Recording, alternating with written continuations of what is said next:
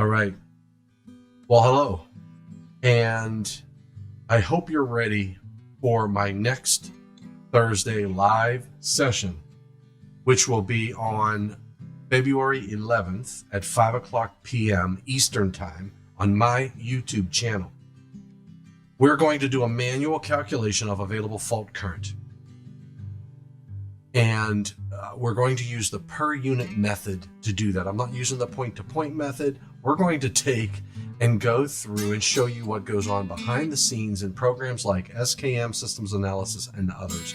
We're going to do a calculation by hand, then we're going to load the one-line diagram into SKM software analysis, and we're going to run the exact same calculation, and we're going to check our answers, and we're going to see how good we did. The one-line diagram that I plan to use, and I'm giving this to you, this is just pre-work. So this, you can, if you have SKM, put this into SKM and run your numbers, but do it by hand. Get down and do the per unit method by hand. And if you don't understand the per unit method, well, we're going to teach it to you. But if you think you know it, then take a shot and let me know if you do. Send me your work. I'd love to see what numbers you come up with. This is the single line diagram. Now what you'll see is I start with 125,000 amps of available fault current from the utility, and they've given us the X to R ratio of 8. Now, don't nitpick me at the numbers. Don't nitpick me at some of my assumed values and X subtransient reactances. This is a method to understand the math, not quiz you on the code and all the other things. So I drew a single line diagram. I have the conductor coming from the utility. I have 50 foot of 350 MCM copper in metal raceway. Then I go to a transformer, 1500 kVA transformer, 4160 to 480. The percent impedance is 5.75% with a 6.15 X to R ratio. Then I go to another conductor, a 15 foot of 750 MCM, but I got 5 of those in parallel. And then I go to a bus, and then we will calculate the available fault current at bus A with and without the motor. So what I plan to do is go through the entire calculation and not include the motor contribution, and then we will do it again and include the motor contribution. All right, so then we go from bus A, we go through about 175 foot of 3/0 conductor, copper in metal raceway, and 2 of those in parallel. We go to a transformer, 300 kVA transformer, 480 to 208, and the percent impedance is 4.16 at 6.15 X to R ratio. Now keep in mind that 4.16 is a percent impedance based on the secondary of the transformer, and the reason that's important is you may want to, whenever you convert that impedance, if you're familiar with the per unit method, you're going to have to convert that impedance off from a 300 kVA base to a 1500 kVA base, and from a percent impedance based on a 208 voltage, 208 volts to 480 volts. So just keep that in mind. And then we have 15 foot of 600 MCM. All right. Okay. And then we have a motor over there. It's a 460 volt rated motor. The subtransient reactance is 0.15, and it has an X to R ratio of 4.9. Now I'll just tell you what I plan to do is I plan to use a 1500 kVA base for the entire project. The voltage will change, right? So the voltage at the first layer, which is on the primary of that main transformer, is going to be 4160. So that means I have to calculate my base values off of a 1500 kVA using a voltage of 4160. I'll calculate my current and my Z base, my impedance base. And then so it's 4160, then 480, then 208. So you're going to have 1500 kVA base kVA throughout the whole system, but you're going to have different voltage base values, different current base values, and different Z-base values based upon 4160, 480, and 208. So just keep that in mind if you're getting into the math. What else? And remember that motor is based on the 480 volt system. So it's a 460 volt. I'm giving some things away here. It's a 460 volt motor. You're with a impedance of 0.15, but you're going to have to convert that. And it's based on a 300 horsepower motor, so you're going to have to convert that 0.15 per unit from a 300 base to a 1500 base, and from a 460 volt base to a 480 volt base. Got to make sure you get all your. This is going to be a lot of fun. I haven't done this in years. So this one here, I'll say this one, keep in mind that we're going to talk about some trigonometry. So this triangle, if you're not familiar with it, you should be familiar with it. It's what we use a lot of our equations based upon. So remember that that your basic fundamental cosine, sine. Let me just get to the next slide here. So this helps you understand that theta, R is resistance, X is impedance. So, and the reason I say that is because we're going to be doing an impedance diagram.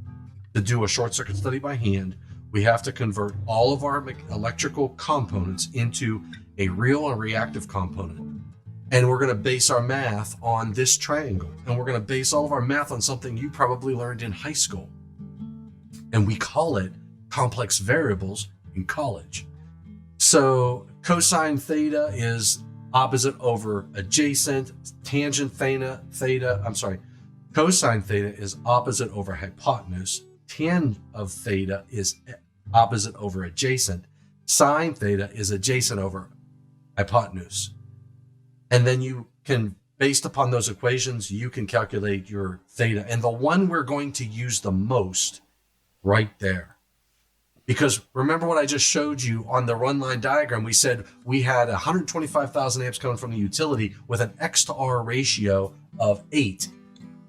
Well, if I tell you the X to R ratio, that's that number that's in that. I take the inverse tangent of that, and I know my power factor angle, because that theta is power factor. So out of all of these equations, you're going to use this one right here. Theta is equal to the inverse tangent of X to R. So make sure your calculators, I'm using an HP 35S. Make sure your calculators can do rectangular and polar. I'm going to explain that to you. When you get into complex numbers, these are rectangular numbers.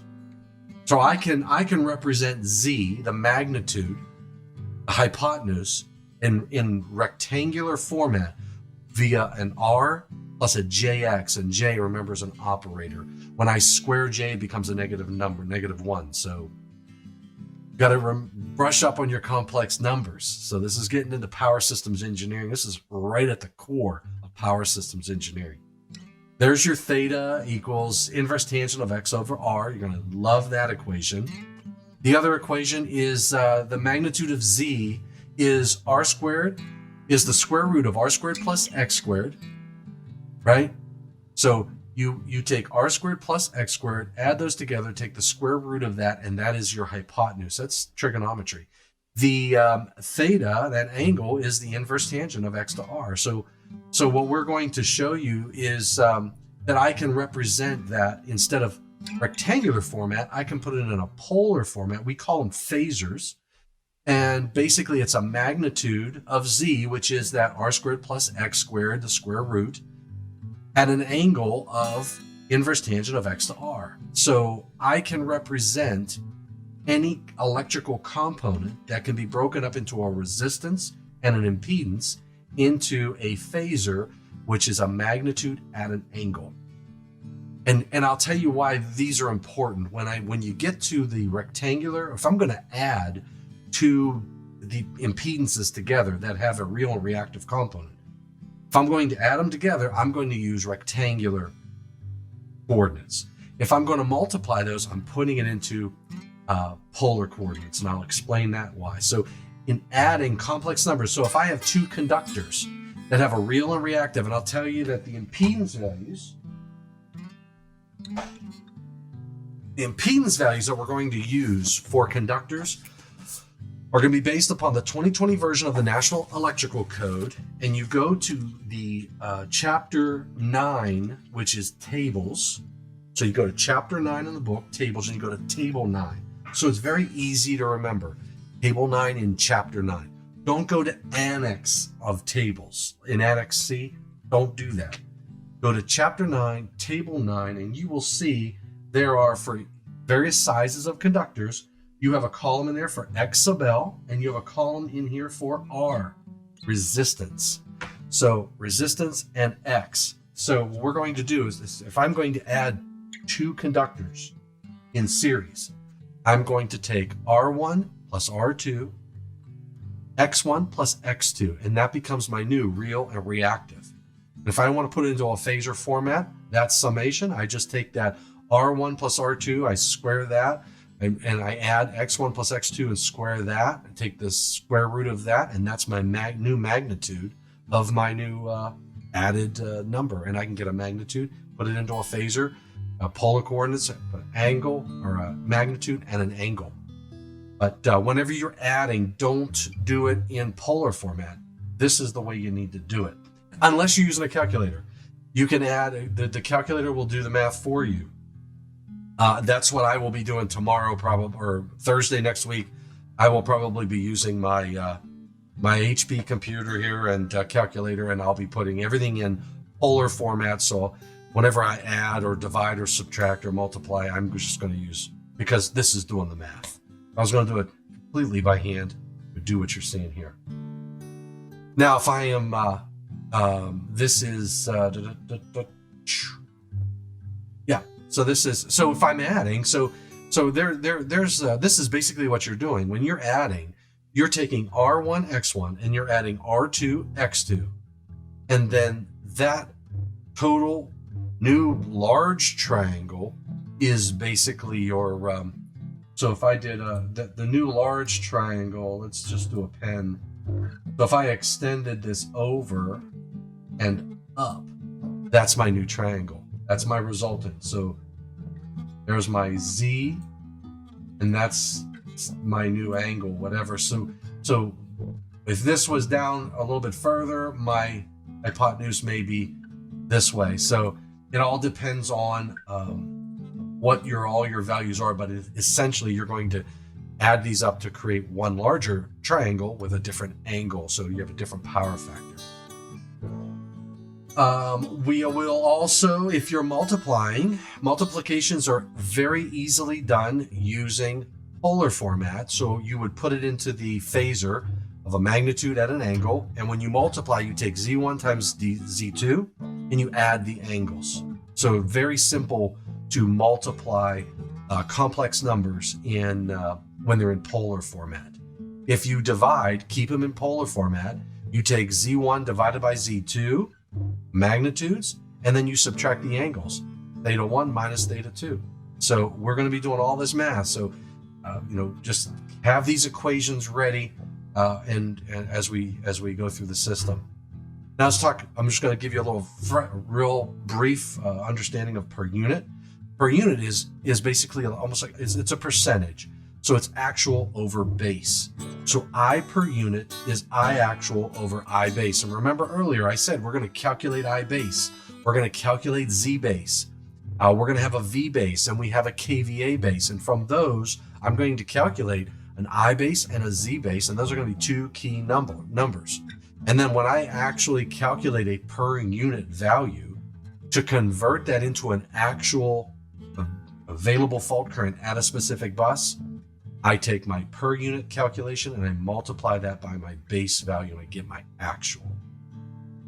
So these are some important equations. I base, kVA base, so if it's 1500 and it's on the 480 volt system, it's kVA 1500 times the square root of 3 divided by 3, and divide that by the kV base. So for the 480 volt system on a 1500 kVA transformer, on the 480 volt side, that's 1804. That number should be just coming to you. But now I'm going to use the kVA base for that smaller 300 kVA transformer, I'm not going to use 300 kVA to calculate my I base and my Z base. I'm going to be using 1500, 208, and doing this math and coming up with my new I base. And then I will be using to calculate my Z base. And why do I need to know Z base? Because I need to take all of my impedance values in my entire one-line diagram, my conductors, my transformers, my motors, any large significant amount of impedance. I'm going to calculate the ohms, and then I'm going to have to calculate that into per unit. Transformers are given to me already in per unit. I may have to modify those numbers a little bit based upon the equation I'm going to show you next. But I'm going to have to essentially get you into a per unit value of impedance that aligns with all of our base values. So for example, the motor that I gave in this system, I think it was a 300 horsepower motor, and it had an impedance, but I made it at a 460 volt rated motor. Typically that's what your motors are going to be rated. They're not going to be rated 480. So remember, if I have 460 volts, but I'm putting it at the area in the distribution system where it's 480 volts, I need to convert that per units to get it from based upon a 460 volt base to a 480 volt base. This is the equation I'm going to use that for. And remember, that per unit value is based upon a base kVA of 300, which we're going to assume 1 horsepower equals 1 kVA. So that's a 300 kVA motor. So I need to also convert that per unit impedance, that subtransient reactance, need to convert it from 300 kVA base to a 1500 kVA base. We are going to have fun next Thursday. I'm loving this stuff. All right, so that's sort of the program that we're going to do. Well, it is the program that we're going to do. We're going to take this one-line diagram, so pause this video, draw this out, and do the math. Bring bus A and bus B without motor contribution, and bus A and bus B with motor contribution. I want to see both of those numbers. In my math, I did not take minus 10% off the 5.75% for the impedances. I just used 5.75. And I'm going to do the same thing in SKM. The conductor impedance values I took out of the code book. And keep in mind, if you're using SKM or EDSA or whatever software application, check the impedance values per 1,000 foot on each of the conductors that you configure, because you want to make sure that whatever you put into those programs is what you're using in the math here.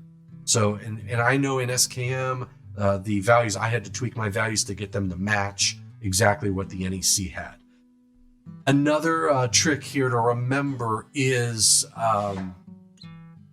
that I'm using, if you're an SKM, now I'm an SKM kind of guy, so I'm not familiar with EDSA Easy Power. But SKM has two programs. They have AFAULT and DAPR. AFAULT uses the ANSI rules of thumb.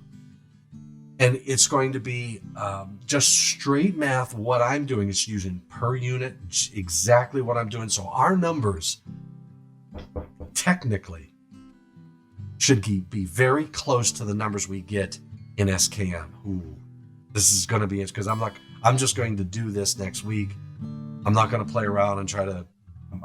I spent time making the one-line diagram. We're going to spend time together coming up with all of the impedance values and all of the per unit values.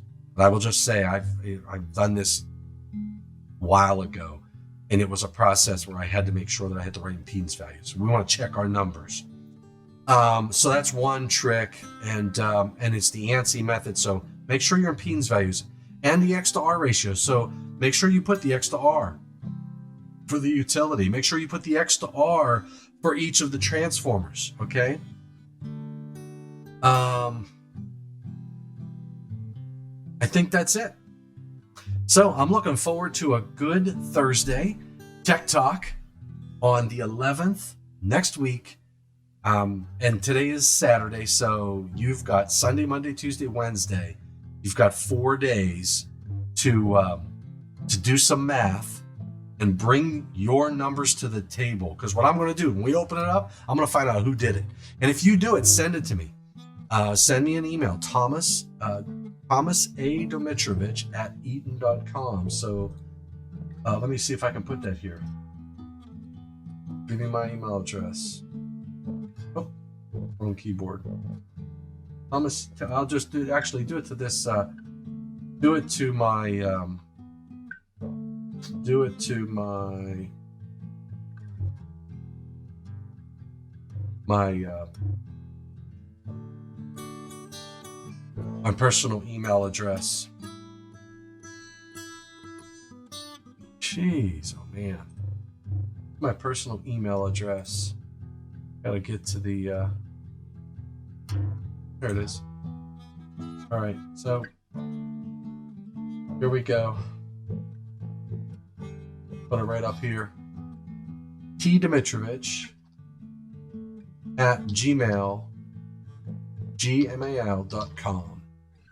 Send if you want to take a stab at it and see how you do. Send it to my email address right up here, tdimitrovich at gmail.com.